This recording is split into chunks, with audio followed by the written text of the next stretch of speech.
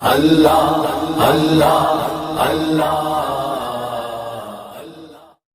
الحمدللہ رب العالمین وبہ نستعین اما بعد۔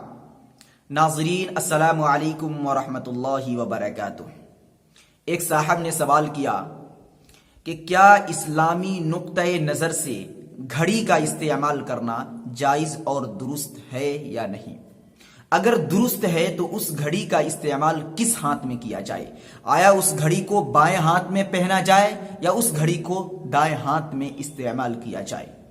واضح رہے کہ گھڑی ایک آلہ زینت ہے، ایک سامان زینت ہے، اور اس کی بہترین مثال عہد رسالت میں انگوٹھی ہے کہ نبی پاک علیہ الصلوۃ والسلام کے زمانے میں انگوٹھی کو لوگ بطور زینت بھی استعمال کیا کرتے تھے اور بطور ضرورت بھی۔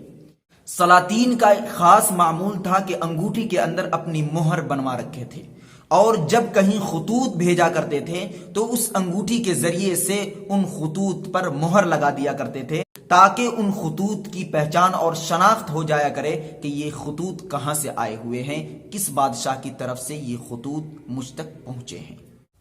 لہذا اس روح سے گھڑی کا پہننا شرعاً جائز اور درست ہو جاتا ہے۔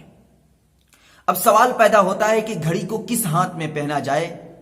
تو آپ علیہ الصلوۃ والسلام سے دونوں طرح کی روایتیں منقول ہے کہ آپ علیہ الصلوۃ والسلام نے انگوٹھی کو بائیں ہاتھ میں بھی پہنا ہے اور دائیں ہاتھ میں بھی انگوٹھی کا استعمال کیا ہے۔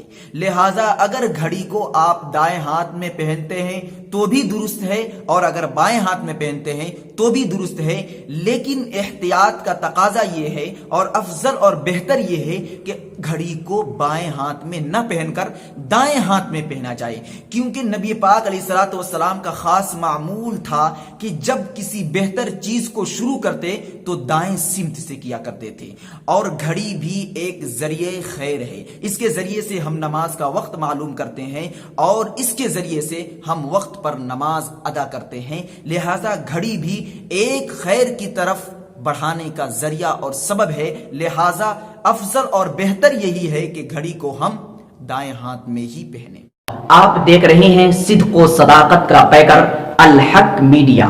اگر آپ ہمارے چینل پر نئے ہیں تو پلیز از راہ کرم سبسکرائب کریں اور ساتھ ہی میں بیل آئیکن کو بھی دبا دیں تاکہ سب سے پہلے ہماری بات آپ تک پہنچ سکے۔ شکریہ۔